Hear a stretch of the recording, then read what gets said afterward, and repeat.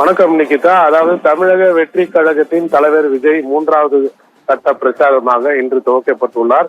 அதாவது நாமக்கல் கரூரில் சூறாவளி பயணம் தமிழக வெற்றி கழகத்தின் தாவேகா தலைவர் விஜய் இன்று தனது மூன்றாவது கட்ட பிரச்சாரத்தை தொடங்குகிறார். இந்த பயணத்தில் அவர் நாமக்கல் மற்றும் கரூர் ஆகிய 2 மாவட்டங்களிலும் தீவிர பிரச்சாரம் மேற்கொள்ள உள்ளார். இதற்காக சென்னை பனையூரில் உள்ள தனது இல்லத்திலிருந்து புறப்பட்டு விஜய் சென்னை விமான நிலையத்துக்கு வந்து சேர்ந்தார். இங்கிருந்து அவர் தனி விமானம் மூலம் திருச்சிக்கு புறப்பட்டார்.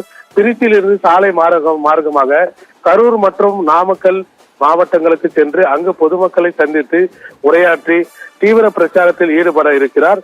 கரூர் மாவட்டத்தில் விஜய் பிரச்சாரம் மேற்கொள்ளும் இடங்கள் தொடர்பாக கட்சியின் நிர்வாகிகளுக்கும் காவல்துறைக்கும் இடையே சில பேச்சுவார்த்தைகள் நடந்ததாகவும் போக்குவரத்து நெரிசலை கருத்தில் கொண்டு இடங்களை தேர்வு செய்வதில் சில சவால்கள் இருந்ததாகவும் தகவல் வெளியாகி உள்ளது.